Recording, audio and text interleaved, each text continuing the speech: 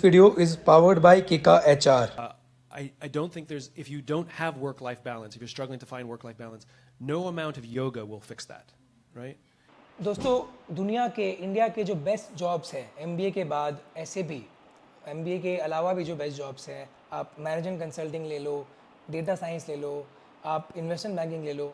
मैं आपको एक चीज़ बताता हूँ जो सब बोलेंगे कि भाई जॉब्स तो बढ़िया है, पैसे भी बढ़िया है, पर जॉब्स ऐसे हैं कि आप इसमें सिर्फ पैसा ही कमाओगे, आपको खर्च करने का टाइम ही नहीं मिलेगा। 12 से 14 घंटे तो मिनिमम, अगर आप बहुत प्रोडक्टिव भी काम कर रहे हो, आप स्मोकिंग सुत्ता ब्रेक्स नहीं ले रहे हो, आप एकदम आधे घंटे में ही कॉन्सेंट्रेशन वाला काम कर सकते हो, कॉन्सेंट्रेशन वाला, तो भी 12 से 14 घंटे तो मिनिमम काम करना पड़ता है। सब अच्छे अच्छे जगह, मैकिन्जी, बीसीजी, बेन कंसल्टिंग का जो टॉप कंपनीज़ हैं, गोल्डमैन सैक्स ले लो, जेपी मॉर्गन ले लो, जो फाइनेंस के बेस्ट कंपनीज़ हैं, सब कहते हैं कि आपको 12 से 14 घंटे काम करना पड़ता है। कई जगह तो 6 डेज़ वर्किंग होता है। अगर आपका कंसल्टिंग जॉब है तो 5 दिन आप काम करोगे, 2 दिन ट्रैवल करोगे फ्लाइट में ही, तो मुश्किल से आपको 1 दिन मिलेगा। उसमें लोग बोलते हैं हम कपड़ा धोते हैं, हम फिर अपना दाढ़ी कटाते हैं, अपना ग्रूमिंग करते हैं, क्योंकि वो भी करना ज़रूरी है जॉब के लिए ही, क्योंकि हमारा क्लाइंट फेसिंग जॉब है। इसी कारण आजकल क्या हो गया दोस्तों, आजकल लोगों को फैमिली के लिए टाइम नहीं है। बहुत बार देखा जाता है कि कॉर्पोरेट्स में जो एकदम टॉप कॉर्पोरेट हॉन्चो है, सीएक्सओ है, औरत हो आदमी हो, उसका फैमिली लाइफ नहीं है। मुझे 2015 में जब मैं नियर बाई गया था तो लोगों ने बोला मैकिन्जी के partners, most of them are divorced, most investment bankers, few investment bankers are divorced in a country like India. ये अर्बन में जो हो रहा है, ये कॉर्पोरेट वर्ल्ड का ये एक बहुत बड़ा एक डिमेरिट है। इस वीडियो में हम जानेंगे कि वर्क लाइफ बैलेंस कॉर्पोरेट में है भी कि नहीं है, और है तो कैसे है, डिटेल में हम इस रियलिटी को समझेंगे। दोस्तों एक और चीज़ मैं आपको बताता हूँ, इंडिया में जनरली आपने सुना होगा, मैं आपको सच बता रहा हूँ, इंडिया में लोग काम भी ज़्यादा करते हैं कंपेयर टू अदर कंट्रीज़। और अदर कंट्रीज़ का ही मतलब एक एमबीए क्रिस्टल बॉल का डेटा है जो कि इंटरनेशनल डेटा जनरली देता है, उसका मैं आपको डेटा दिखाता हूँ कि जनरली आप सारी इंडस्ट्रीज़ में काम कितना करते हो। दोस्तों ये देखिए डेटा जो दे रहा है वो कह रहा है कि म्यूचुअल फंड इंडस्ट्री में 58 आवर्स पर वीक लोग काम करते हैं। तो अगर 5 दिन का वर्क वीक है तो ऑलमोस्ट 12 घंटे लोग काम कर रहे हैं। सेम इन्वेस्टमेंट में, प्राइवेट इक्विटी में 53 घंटे और 57 आवर्स काम करते हैं। इसका मतलब है कि 10 घंटे से ज़्यादा काम करते हैं अगर 5 डे का वर्क वीक है। ठीक है, ये ट्रैवल को नहीं ले रहा है, ये विदाउट ट्रैवल वर्क वीक है। और मैं आपको कह रहा हूँ कि अगर इंडिया का इंडस्ट्री तो आप 2 घंटे एक्स्ट्रा दिन का और जोड़ लो, क्योंकि इंडिया वाले जनरली 1-2 घंटे बाकी कंट्री से ज़्यादा काम करते ही करते हैं। मैंने खुद कैपजेमिनी में काम किया है, कैपजेमिनी का वर्क लाइफ बैलेंस काफ़ी बढ़िया था माय डियर फ्रेंड्स।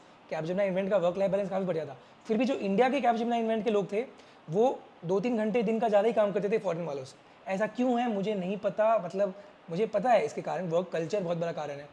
क्या है कि ऊपर से नीचे फ्लो करता है, मतलब कि culture flows from the top, हमेशा ऐसा होता है।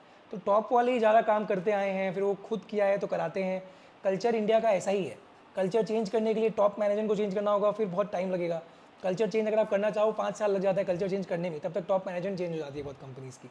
तो दोस्तों मैं ये कह रहा हूँ कि इंडिया में वर्क लाइफ बैलेंस बहुत ही मुश्किल है। अभी नारायण मूर्ति का भी एक स्टेटमेंट था कि 70 आवर्स बच्चों को, यंगस्टर्स को हफ्ते में काम करना चाहिए। 70 आवर्स मतलब कि 70 आवर्स मतलब अगर 5 दिन काम करते हैं तो 14 आवर्स पर डे।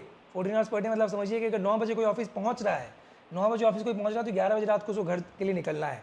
8 बजे निकलेगा तो 9 बजे ऑफिस पहुंचेगा, अगर 1 घंटा लगता है तो 11 बजे निकला तो फिर 12 बजे रात को पहुंचा। तो भाई 5 दिन तो कुछ टाइम ही नहीं मिला उसको। और फिर वीकेंड में वो क्या करेगा, कपड़े धोएगा कि क्या करेगा। नारायण मूर्ति का ये स्टेटमेंट बहुत पॉपुलर हो गया है। दोस्तों मैं आपको एक और डेटा देता हूँ, इंटरनेशनल लेबर ऑर्गेनाइजेशन ने बताया कि इंडियंस ऑलरेडी हार्ड वर्क कर रहे हैं, और एन एवरेज में अगर सारी इंडस्ट्री का ले ले तो 48 आवर्स पर वीक इंडियंस काम करते हैं, जो कि अगर 5 दिन का वर्क वीक है तो अराउंड 10 घंटे काम करते हैं। तो मैं आपको ये बता रहा हूँ, जब ऑलरेडी आईएलओ कह रही है कि 48 hours is a high working hours, तो कोई क्रेडिबल आदमी नारायण मूर्ति टाइप का जब ये कह रहा है कि 70 आवर्स वर्क करना चाहिए, इसका मतलब ये है कि इंडिया में बहुत सारे, अगर जनरलाइज करें तो जो कॉर्पोरेट हॉन्चोज है, जो मैनेजर्स है, वो ये एक्सपेक्ट करते हैं कि आपको वर्क लाइफ बैलेंस नहीं है, वर्क ही करना पड़ेगा। जब आपकी शादी नहीं हुई है एटलीस्ट, या जब आप करियर शुरू कर रहे हो 5 साल, शादी कर लिया तो भी फर्क नहीं पड़ता, जब तक आप करियर शुरू कर रहे हो, शुरू के 4-5 साल, you are expected to work hard. You will be compared with employees who work hard. You will be expected to work even at your homes after going from the office. You might be also expected to work on weekends. आपको काम ही इतना दे दिया जाएगा कि वो अपने मन में कैलकुलेट करेगी दिन का 12 घंटे काम कर रहा है। ये मैक्सिमम ऑर्गेनाइजेशंस का एक कल्चर है। अगर आप ज़्यादा सैलरी लेते हो, MBA हो, अगर आप CA हो, बिग 4 में काम करते हो, मैंने देखा है 10, 11, 12 घंटे तो एवरेज नॉर्म है काम करने का ही। तो इससे ये पता पड़ता है कि वर्क लाइफ बैलेंस एक ग्रो अगर आपको करना है, ग्रो करने के लिए आपको मैनेजर को इंप्रेस करना है, कॉम्पिटिटर से लड़ना है, तो ये थोड़ा मुश्किल है, ठीक है। और बहुत लोग इसको प्रायोरिटाइज भी नहीं करते।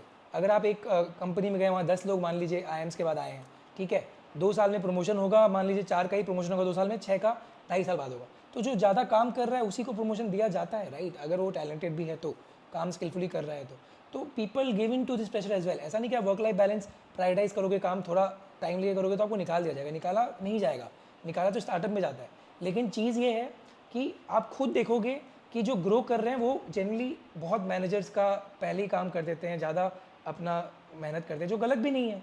तो my whole point is that if you want to prioritise work life balance, you have to do 2-3 things. Number 1 is you have to find industries जहाँ वर्क लाइफ बैलेंस हो।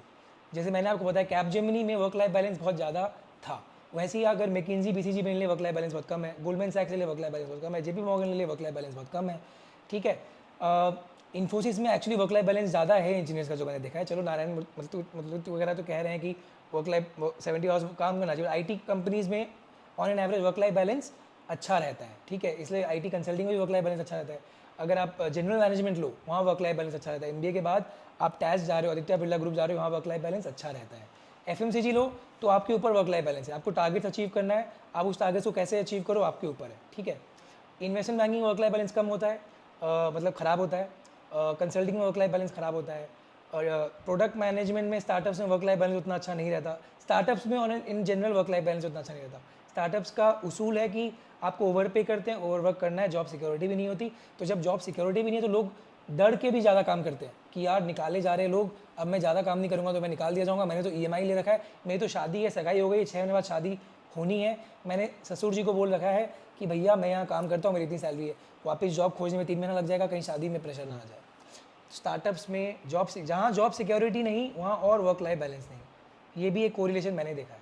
जहाँ जॉब सिक्योरिटी है वहाँ work life balance भी थोड़ा ज़्यादा रहता है, ठीक है। ये हो गया। जितने न्यू एज कंपनीज हैं वहाँ work life balance goes for toss. ये ओयो, ओला, उबर, बहुत कम वर्क लाइफ बैलेंस है यहाँ पे, ठीक है। एक और चीज़ मैं आपको बता रहा हूँ, जनरली वर्क लाइफ बैलेंस होता है कि जो आप ऑफिस में कितना टाइम दे रहे हो। कोई अगर कंपनी आपको बोल भी रहा है ना कि हमारी कंपनी में हम ये एक्स्ट्रा कराते हैं कि आप फ्राइडे यहीं बियर पीजिए, फ्राइडे पार्टी करिए, वो भी वर्किंग आवर्स ही हुआ। Anything which you are suppose to do with people in the office, even if that is for your rejuvenation, that is in a way work only. Life का मतलब हुआ कि आप ऑफिस के अलावा आपका कोई हॉबी है, आपका यूट्यूब चैनल है, आपके बच्चे हैं, आपकी बीवी है, आप ऑफिस के बाहर अगर बिता रहे हो तो वो हुआ लाइफ बैलेंस। अगर आपको अपनी वाइफ के साथ, बच्चों के साथ, ऑफिस का काम, ऑफिस के एम्प्लॉइज़ के साथ ऑफिस में बिता रहे हो, वो वर्क ही माना जाएगा my dear friends. I hope you agree with this. तो पहला तो ये माय डियर फ्रेंड्स कि आइडेंटिफाई करो कि आपको कहाँ वर्क लाइफ बैलेंस एग्जिस्ट कर रहा है। इंडस्ट्रीज मैंने आपको बता दिया, कई रोल्स में भी वर्क लाइफ बैलेंस होता है। जैसे कई बार देखा गया HR में वर्क लाइफ बैलेंस थोड़ा ज़्यादा होता है कंपेयर टू से सेल्स एंड मार्केटिंग, क्योंकि आपको टारगेट अचीव करने हैं। अगर आप ज़्यादा काम किए बिना टारगेट्स अचीव नहीं कर सकते तो जनरल वो देखा जाएगा कि HR ईजी है, क्योंकि वहाँ टारगेट्स वैसे नहीं होते कि आपको सेल्स करना है, right. HR as a function में वर्क लाइफ बैलेंस थोड़ा ज़्यादा अच्छा रहता है।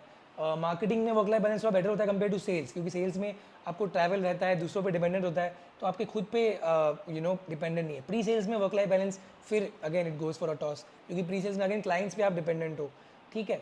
बट इस पर ये भी होता है कि क्लाइंट्स पे डिपेंडेंट हो, तो अगर क्लाइंट्स आप मैनेज कर पा रहे हो तो बाकी टाइम आपका खाली है। तो you have to analyze, you have to first find out which roles you are interested in, then you have to also see work life balance. There are few industries that I told you which already have good work life balance, and then what you also, I think what I would say कि अगर आपको है कि मुझे job ही करना है 20 साल, तो बिल्कुल सही बोला है नारायण मूर्ति जी ने कि पहले 5-6 साल तो वर्क लाइफ बैलेंस का मत सोचो, क्योंकि आपको जॉब ही करना है ना, first impression is last impression. कोई भी कंपनी में जा रहे हो पहला 6 महीना बहुत घिसाओ, कोई भी करियर में जा रहे हो आपका नेटवर्क ऑलमोस्ट सेम रहता है, मतलब आपका एक नेटवर्क रहेगा जो आप देखोगे कॉर्पोरेट वालों का जो नेटवर्क होता है, जो जॉब्स में हेल्प करता है, जो इंडस्ट्री का नॉलेज देता है, वो कोर लोग सेम रहते हैं। आपने पहले 1 साल 5 साल अच्छे से काम कर लिया तो एक इंडस्ट्री परसेप्शन बन जाता है कि हार्ड वर्किंग है, फिर आप काम भी सीख जाते हो। तो अगर आपको कॉर्पोरेट ही करना है तो वर्क लाइफ बैलेंस का मत सोचो, बहुत मेहनत करो। लेकिन आपका कोई और एम है कि आपको बिजनेस करना है, आपको मेरी तरह अपना कुछ ब्रांड बनाना है, तो यार मैं मान लो बहुत मेहनत करता कैपजेमिनी में, ठीक है, मैंने किया मतलब और मेहनत करता, तो भी that has nothing to do with this life, right, with this YouTube life. मैं 2 घंटे ज़्यादा दिन के रोज़ काम करता कैपजेमिनी में, मेरी इंक्रीमेंट मान लीजिए 15% होती, मेरा मान लो आप मेरा हाइक और ज़्यादा हो जाता, मेरा प्रमोशन जल्दी हो जाता, पर वो तो सब खत्म हो गया अब यहाँ पे।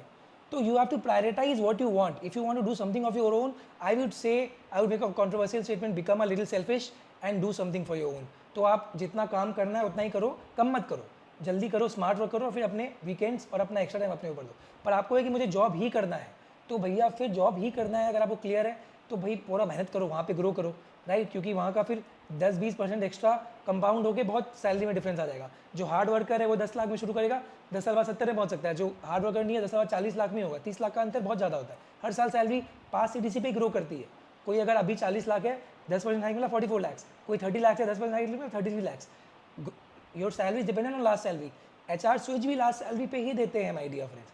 तो ये चीज़ आपको प्रायोरिटाइज करना है कि आपको लाइफ गोल क्या है। मेरा लाइफ गोल क्लियर था कि मुझे अपना काम करना है। आपका लाइफ गोल क्या है, उसी पे आपका एक कंक्लूजन आएगा। All the best, stay safe and take care.